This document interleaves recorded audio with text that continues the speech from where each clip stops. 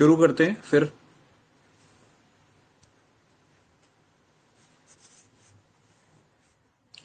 So good evening to you all in our good night pills. इसको नाम दिया मैंने गुड नाइट पिल्स। इसको पढ़ने के बाद या इसको लेने के बाद नींद बहुत अच्छी आती होगी। एम आई राइट? और नींद अच्छी आती है ना इसको पढ़ने के बाद या मेरी गुड नाइट पिल्स लेने के बाद?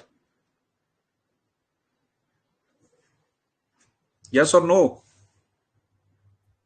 Yes sir. Yes sir. चलिए फिर आज ऑर्गन शुरू करते हैं।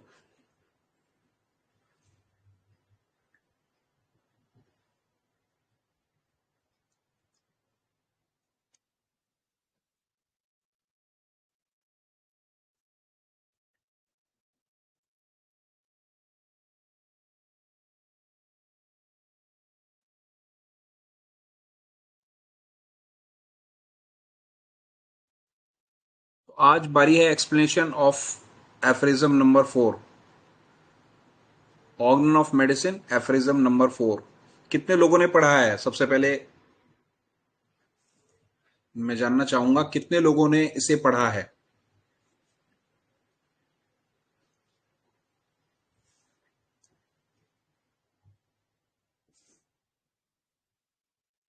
सर पढ़ा तो है। इसको क्या समझा फिर इसको पढ़ने के बाद? सर इसमें आपके जैसे ये कल हम लोगों ने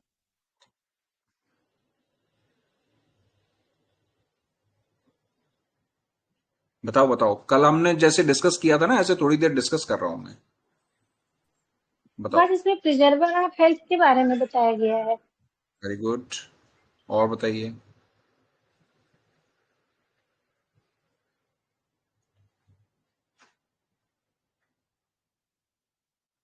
और बताइए, कोई बताइए। संदीप कुछ बता रहे थे। सर मैं भी यही बता रहा था प्रिजर्व हेल्थ के बारे में। रिजर्व ऑफ हेल्थ, ओके ठीक है। और कोई इसके अंदर कोई ऐड ऑन करना चाहेगा?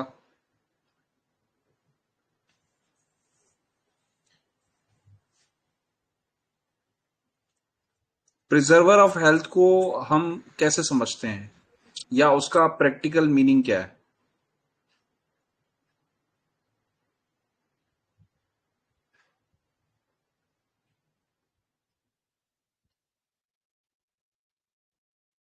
चलो खैर, मैं ही समझाता हूं। तो पहले तो इसको पढ़ते। He is likewise a preserver of health if he knows the things that dearrange health and cause disease, and how to remove them from the persons in health। अभी देखिए इसके अंदर दो तीन पॉइंट मैं आपको बताऊंगा। पहला पॉइंट तो आप प्रिजर्वर को ध्यान रखिए। प्रिजर्वर, ठीक है, प्रिजर्वर ऑफ हेल्थ। दूसरा पॉइंट आप ध्यान रखिए, थिंग्स दैट डीअरेंज हेल्थ। जो मैं पॉइंट बता रहा हूं ना, इनको नोट डाउन कर लीजिए कहीं पे। Preserver of health, things that derange health, cause disease, and how to remove them from person in health. Person in health, ठीक है। ये चार प्रमुख चीजें हैं इसमें, चार पॉइंट। पहला, जैसा कि आप लोगों ने सबने बोला, प्रिजर्वर ऑफ हेल्थ। अब प्रिजर्वर के बारे में बताइए, what do you mean by preserver? Preserver से हम क्या समझते हैं? अक्सर करके आपने ये नाम सुना होगा, प्रिजर्वर। जो हेल्थ को प्रिजर्व करे। नहीं, खाली प्रिजर्वर की बात कर रहा हूं। देखो, हेल्थ प्रिजर्वेशन की अलग चीज होगी। प्रिजर्वर ऑफ हेल्थ जब मैं पूछूंगा तब हेल्थ हो, मैं खाली प्रिजर्वर पूछ रहा हूं, व्हाट इज प्रिजर्वर?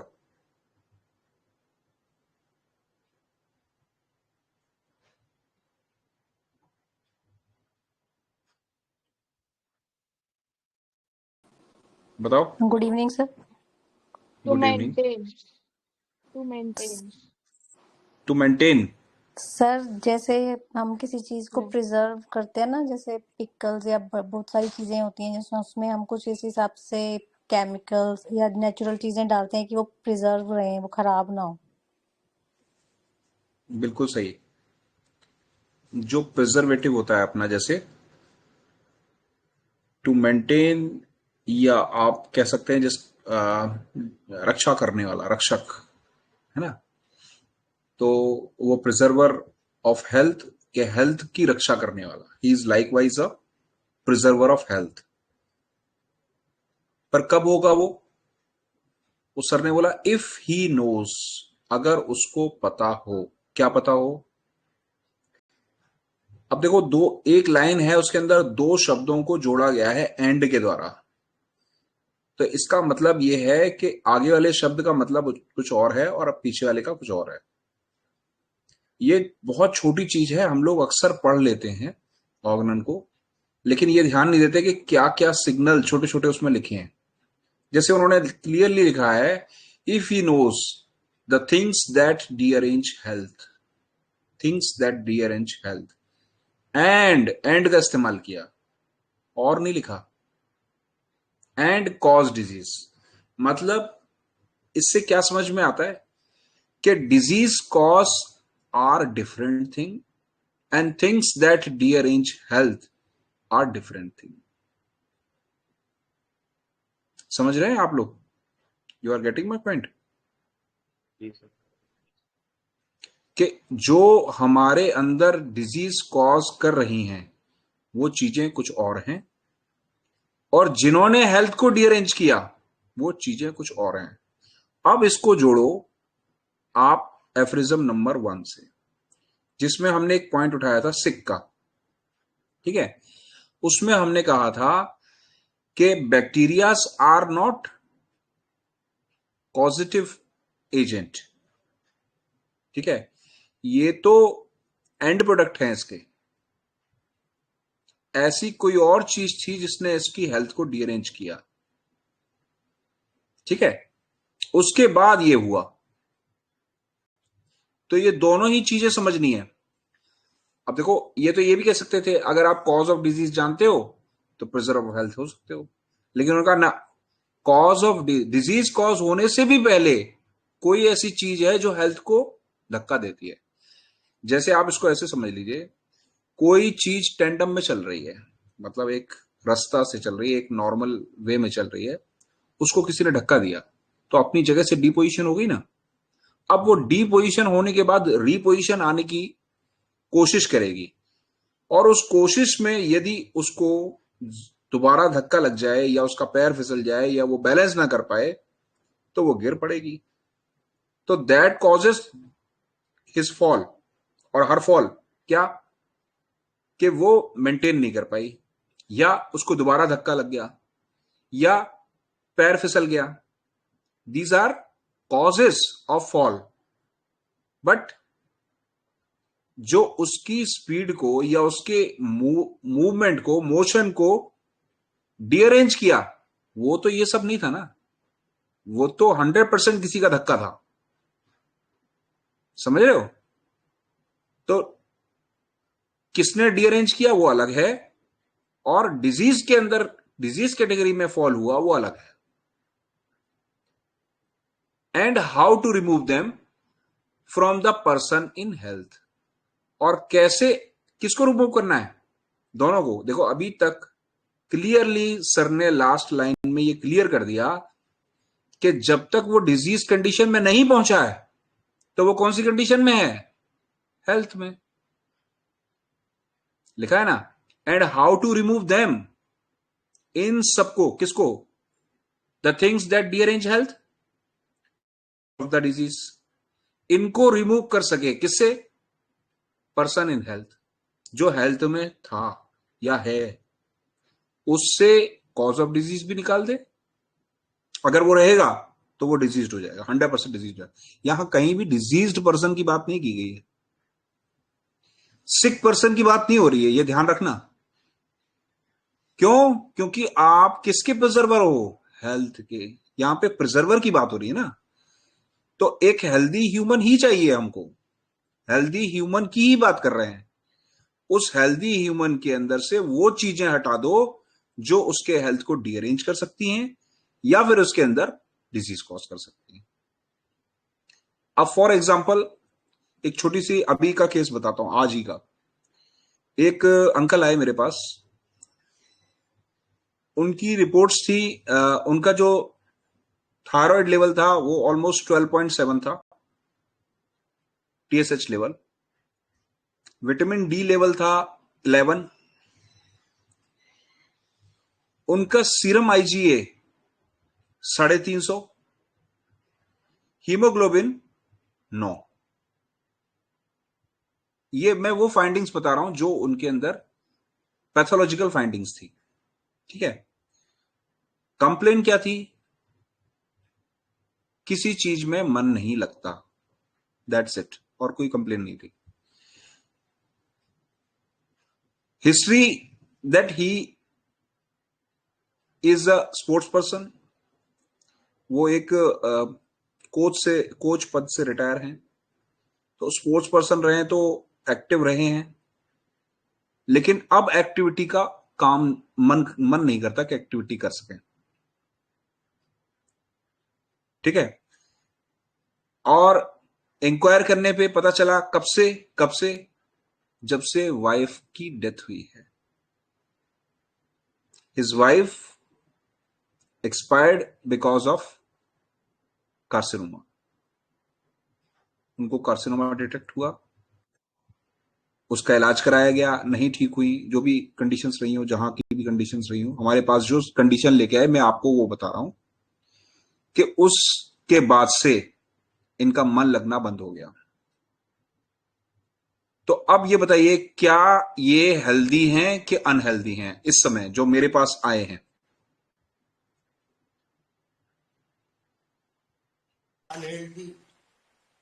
अनहेल्दी हैं। अब मैंने इनसे पूछा कि ये सारे सिम्टम आपके अंदर कब डेवलप हुए? तो इन्होंने कहा 2 साल।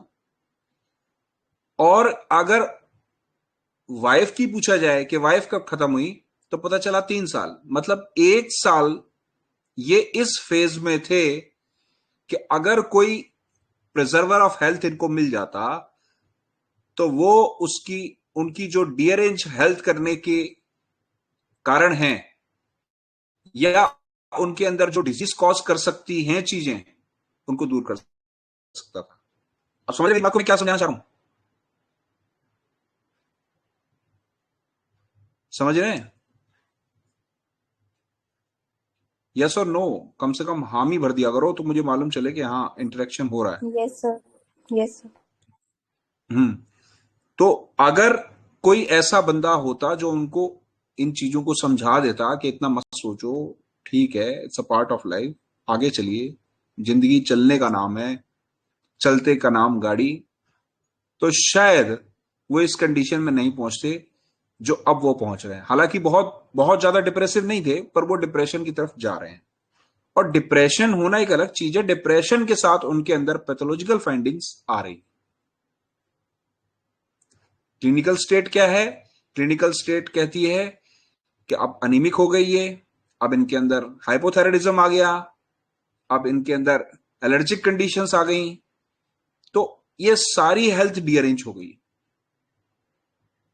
नहीं होगी? अब किससे डीअरेंज हुई बताए? कोई भी एक बंदा बताए किससे डीअरेंज हुई?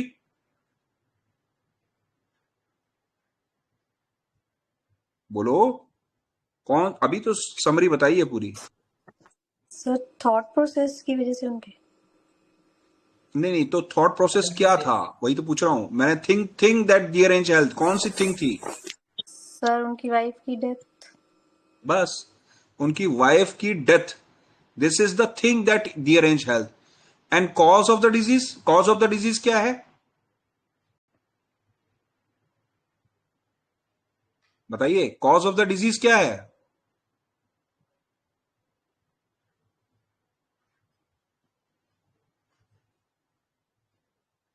सर कॉज भी वही लग रहा है, उनकी वाइफ की डेथ। नहीं, फिर मेरा पढ़ाने का फायदा क्या हुआ? एफरिज्म नंबर 4 फिर मैं क्या पढ़ा रहा हूं? अभी मैंने क्या समझाया? Things that derange health and cause of the disease is different thing. अभी आपने ये सही पकड़ा कि हेल्थ किसने डीअरेंज करी? उन थॉट्स ने कि मेरी वाइफ अब लौट के नहीं आने वाली। ये बात सही है, लेकिन डिजीज किसने कॉज करी वो बिल्कुल अलग है। बताओ, यही तो आपको पता होना चाहिए। यही तो डॉक्टर हैनीमैन बोल रहे हैं, इफ ही नोज। तो आपको ये सेकंड पॉइंट पता ही नहीं है तो आप उसको बचा कैसे लोगे? कैसे आप प्रिजर्वर बन सकते हो? You are not following the organon of medicine, fourth aphorism.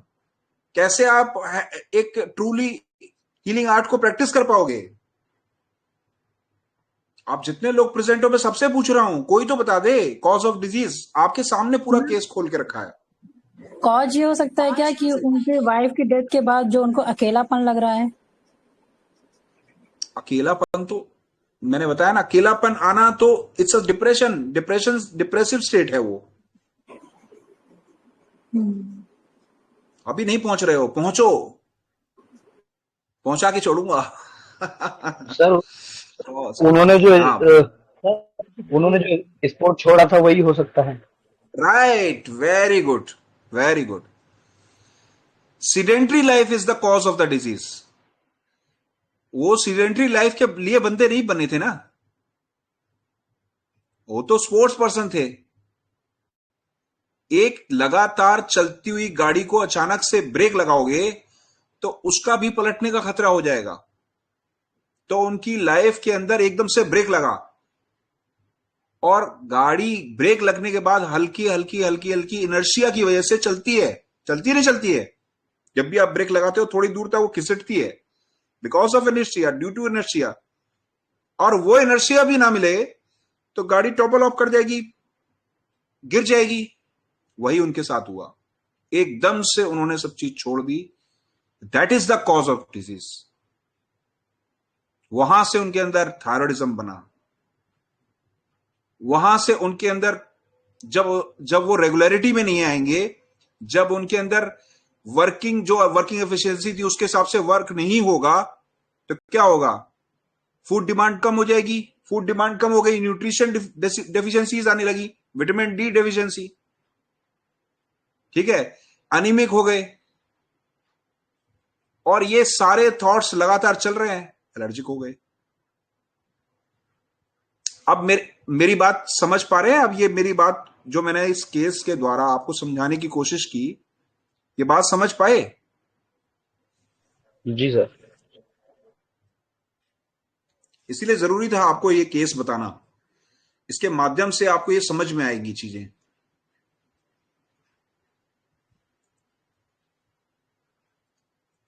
तो की कॉन्सेप्ट्स क्या हैं? Physician is not only a healer but also a preserver of health. तो आप प्रिजर्व ऑफ हेल्थ भी हो, सिर्फ हीलर नहीं हो। You are not only healer but also a preserver. But कब? जब आपको पता हो the things that derange health. कौन सी चीजें इस व्यक्ति के अंदर इसकी हेल्थ को डीअरेंज कर रही हैं? The things that causes disease, the knowledge of causes that disturb health in essential. ये नॉलेज भी होनी चाहिए। अभी आपने 5 नॉलेज पढ़ी थी ना, कल पढ़ी थी? कोई भी एक बंदा फटाफट रिवाइज करेगा, क्या क्या नॉलेज थी?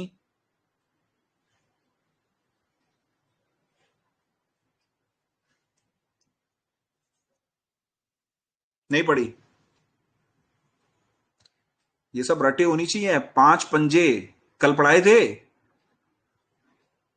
ये सब रटे होने चाहिए, रटे। सर नॉलेज ऑफ डिसीज, ठीक, नॉलेज ऑफ मेडिसिन, और वेरी गुड, नॉलेज ऑफ पोजोलॉजी, बिल्कुल और ठीक। सर मतलब जो प्रिंसिपल्स हैं उसको कैसे एप्लीकेशन करना, उनका नॉलेज होना चाहिए। कार्डिनल जो मतलब प्रिंसिपल हैं। बिल्कुल सही, और बिल्कुल सही, और सर नॉलेज ऑफ मायाज़म। बिल्कुल सही, वेरी गुड। मुझे लग रहा है संदीप ही पकड़ रहा है हमारी बात को, बाकी तो सब नींद में चलिए कोई बात नहीं, ठीक है। तो आपको ये जो भी मैं पढ़ाता हूं ना, एक बार रिवाइज किया करो डेली के डेली। बिल्कुल देखो, ऐसे पढ़ो जैसे आप किसी प्रोफेसर से, मास्टर से पढ़ रहे हो। ये मत देखो ये फ्री क्लासेस हैं, ये मत देखो कि ये जो है एक उस पे चल रही है। आप जीवन का ध्येय बना लो, जो पढ़ रहे हो उसको अप्लाई करना है। ये मैंने फर्स्ट एफरिज्म में बोला है, देखो थोड़ा सा भाई ईमानदारी तो रखनी पड़ेगी। फर्स्ट एफरिज्म में मैंने बोला ना, आपको कुछ नहीं देखना, योर काम इज ओनली टू हील। और जब हील करना है तो उसके लिए नॉलेज लेनी है। थर्ड एफरिज्म में बोला। अब थर्ड एफरिज्म के हिसाब से और फर्स्ट एफरिज्म के हिसाब से आपको आंख बंद करके पहले भरोसा करो सामने वाला सही पढ़ा रहा है। अगर अच्छा लग रहा है, अगर आपको चीजें उसकी समझ में आ रही हैं, अगर अब तक पढ़ा हुआ उससे अलग हटके आपको कुछ समझ में आ रहा है, तो उस पर भरोसा करो, आंख बंद करके भरोसा करो और उसको वर्ड टू वर्ड लर्न कर लो, कंठस्थ कर लो। ये जीवन के अंदर चली जानी चाहिए ये टीचिंग्स, ठीक है। आंख बंद करके भी कोई पूछे तो 5 पंजे आपको याद रहने चाहिए। चलो, इसी में एक नॉलेज और बढ़ गई, knowledge of causes, knowledge of things that derange health and focus on prevention and lifestyle correction. आ गई वही बात आ गई ना, लाइफस्टाइल करेक्शन। उनकी लाइफस्टाइल ने डिस्टर्ब किया ना। मैक्सिमम डिजीज आजकल कौन सी हैं मुझे बताओ? न्यूट्रिटिव डेफिशिएंसीज, या जो अभी फैली थी एपिडेमिक टाइप की ऐसी, या लाइफस्टाइल डिजीज? बताओ कैसी डिजीज मैक्सिमम पाते हो आप आज? हैं? लाइफस्टाइल शादी की डिजीज। वजह। बस, तो क्या चाहिए आपको? Prevention and lifestyle correction. तो आपका काम और ज्यादा बढ़ जाता है। देखो, मार्केट में जितने शेयर बैठे हैं ना, उन शेयरों की जरूरत नहीं है, एक अकेले बब्बर शेर की जरूरत है होम्योपैथ की। क्यों? वो अकेला ऐसा आदमी है जो हीलर भी है और प्रिजर्वर भी है। शेरों की जरूरत नहीं, यहां पे बब्बर शेर चाहिए। अगर बब्बर शेर हो तो रुको, वरना दुनिया भर के धंधे हैं, कुछ भी कर लो। The focus on prevention and lifestyle correction and removal of causative factor ensures the lasting health. अब उसको रिमूव करना आना चाहिए, कॉस्टिव फैक्टर्स को, ठीक है ना। The preventive medicine aspect. तो इस एफरिज्म के अंदर एक प्रिवेंटिव मेडिसिन एस्पेक्ट भी देखते हैं आप। ऐसा नहीं लगता हम सोशल प्रिवेंटिव मेडिसिन पढ़ रहे हैं? नहीं लगता फोर्थ एफरिज्म को पढ़ के? यस जी और सर। नो? लग रहा जी सर, बिल्कुल लग रहा अब आप कोरिलेट करिए, अब जो मैं बोल रहा हूं ना, अब आप कोरिलेट करिए। देखिए, आपकी मैथमेटिका भी पढ़नी जरूरी है, जो आपके आपके कोर्स के अंदर चीजें पढ़ाई जाती हैं। अब उसको कोरिलेट करिए। पैथोलॉजी चाहिए, नॉलेज ऑफ डिजीज चाहिए ना, तो पैथोलॉजी चाहिए। और पैथोलॉजी चाहिए तो क्या चाहिए? फिजियोलॉजी चाहिए। भाई बिना फिजियोलॉजी के पैथोलॉजी नहीं समझ में आने वाली।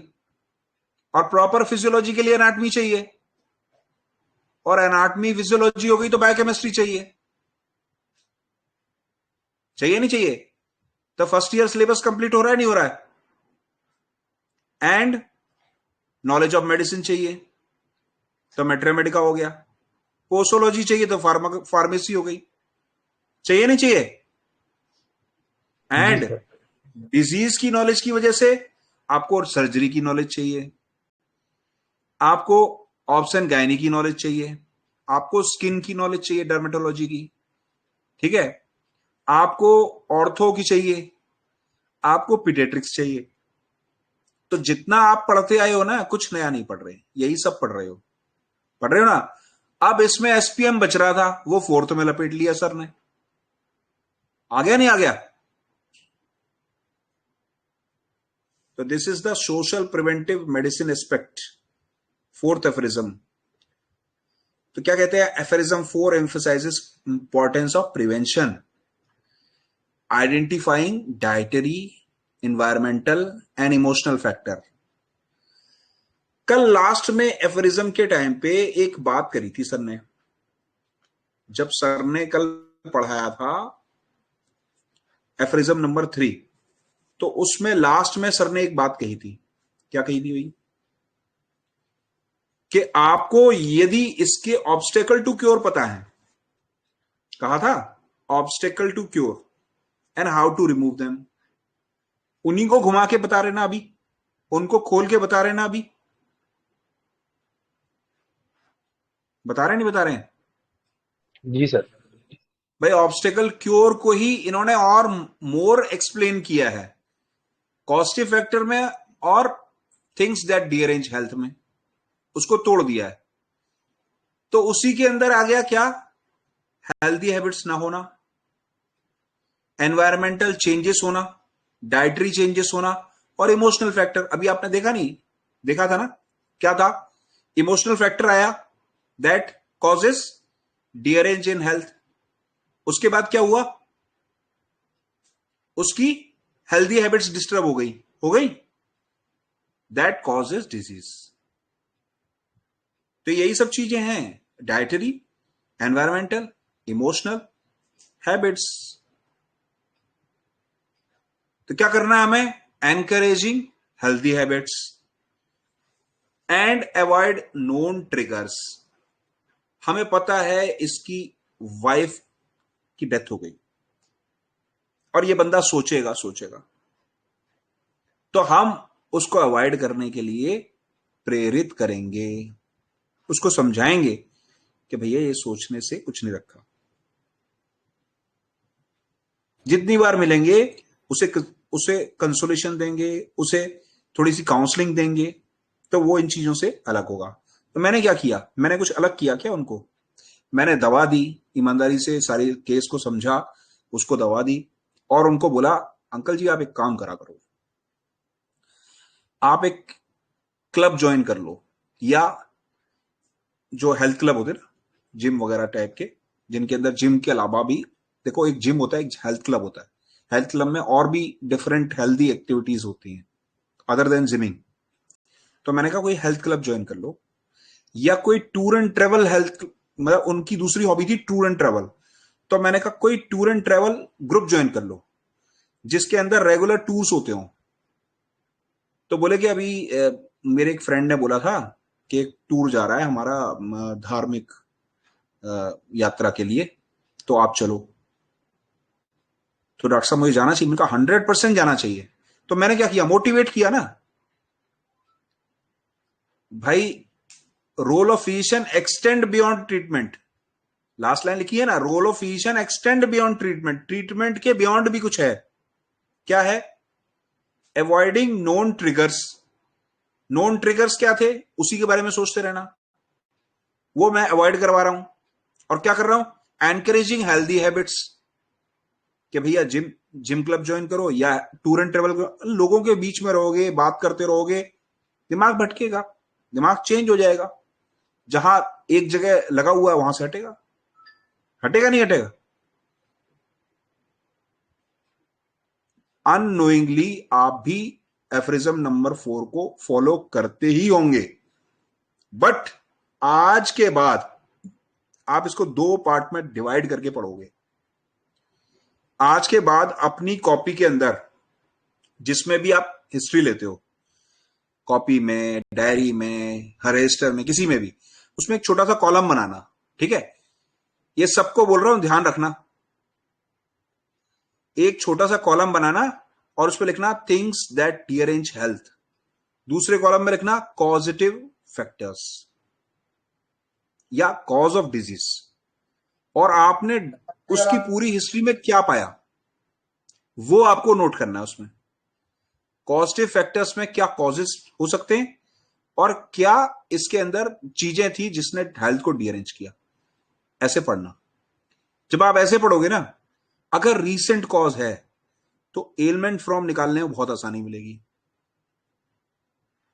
ठीक है, बॉस एक क्वेश्चन है, हाँ इसमें क्या ये element from death of loved ones नहीं लेंगे फिर? भाई, क्यों नहीं लेंगे? लेंगे ना, मैंने कब मना किया भाई? यही तो मैं समझा रहा हूं कि आप जब ऐसे लिखोगे तो आपको समझ में आएगा कि एलिमेंट फ्रॉम क्या हो सकता है, क्योंकि आपकी इस चीज ने डाइवर्जन शुरू किया। तो एलिमेंट तो वही हुआ, यहीं से डाइवर्जन हुआ, लेकिन कॉज कुछ और है ना? वो हम उसको हम कैसे हटाएंगे? उस कॉज को हम हेल्दी हैबिट्स से हटाएंगे, अवॉइडिंग नॉन ट्रिगर से हटाएंगे। और बाकी तो ट्रीटमेंट दोगे ना, एलिमेंट फॉर्म के लिए तो ट्रीटमेंट दोगे ही। रोल ऑफ फिजिशियन बोला तो है, एक्सटेंड बियॉन्ड ट्रीटमेंट, ट्रीटमेंट तो दोगे ही, उसके बाद भी आपको सोचना है। समझे प्रिया? नहीं समझे?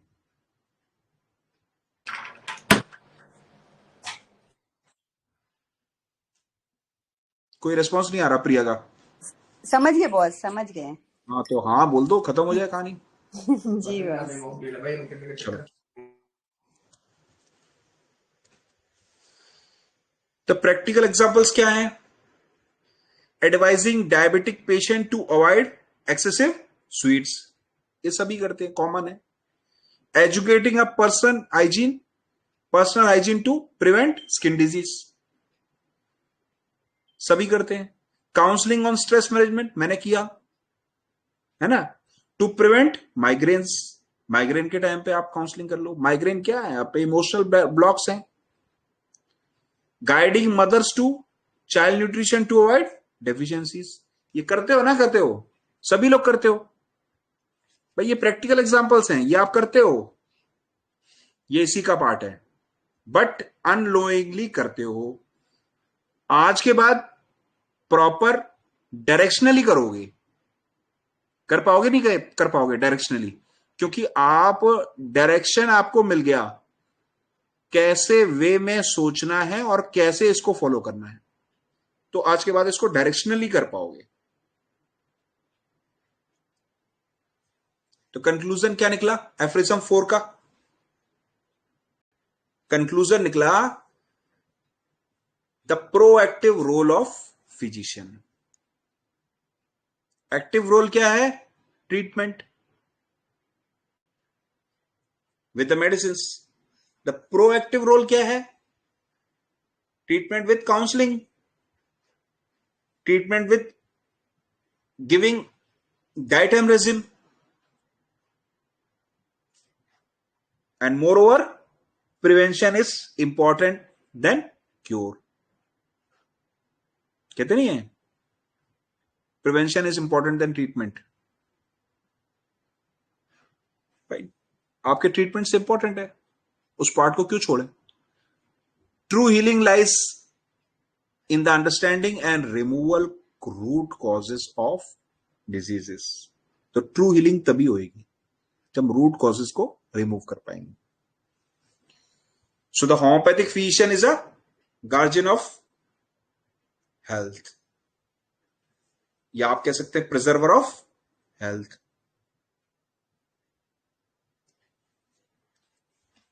अब इस पे एक छोटी सी शायरी मैंने लिखी है, अगर इस शायरी का मर्म समझ जाओ तो आपको पूरा एफरिज्म आंखों के सामने नाच जाएगा। हकीम का फर्ज सिर्फ इलाज नहीं होता, बीमारी से पहले का राज भी वही पड़ता है। जो समझे आदतें, वजह और चालें जिंदगी की, वही असली रखवाला है सेहत की बंदगी की। जो समझे आदतें, वजह और चालें जिंदगी की, वही असली रखवाला है सेहत की बंदगी की। राह दिखाए वो जो बुराई से बचा सके, दर्द से पहले ही जो राहत दिला सके। औषधि से बढ़कर है जीवन की जागरूकता, यही है होम्योपैथी की सच्ची महत्ता, यही है होम्योपैथी की सच्ची महत्ता। तो आई होप वाह आज वाह। आपको वाह वाह के लिए नहीं बोला था, ये समझने के लिए बोला था। तो ये आई होप आपको एफरिज्म नंबर 4 की एक जो छुपी हुई ट्रेजर है वो आप लोगों के सामने आया होगा, क्योंकि ये छुपा हुआ है। ये चीजें हमें यूजुअली नहीं सुनने को मिलती हैं, नहीं पता चलती हैं। तो आज की क्लास में बस इतना ही। जाते जाते यही पूछूंगा कि क्लास में कैसा लगा, कुछ और सेंसेस ओपन हुए?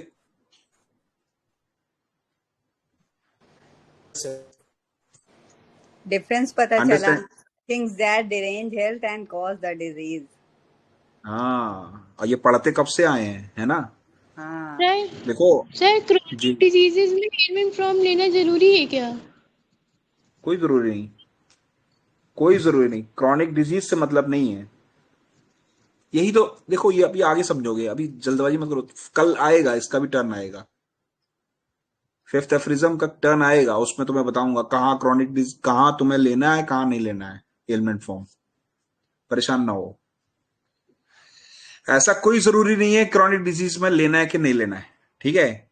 सबसे बड़ी बात यह है क्या उसका इफेक्ट, एलिमेंट फ्रॉम हमेशा वहां लिया जाता है जहां डीअरेंजिंग। अभी देखो आज का एफरिज्म कितना इंपॉर्टेंट है, the things that derange health.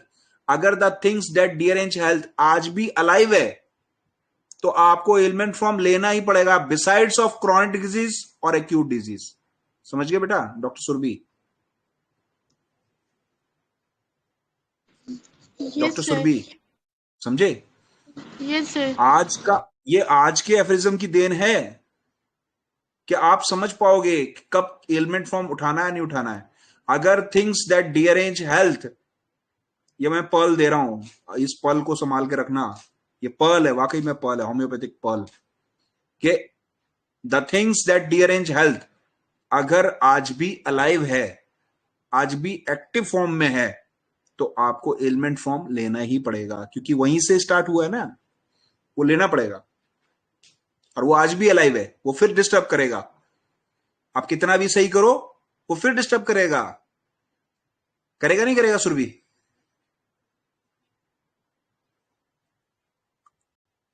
Yes तो सर। आपकी मेडिसिन देने का कोई फायदा नहीं होगा, इसलिए एलिमेंट फॉर्म यहां लेना होगा।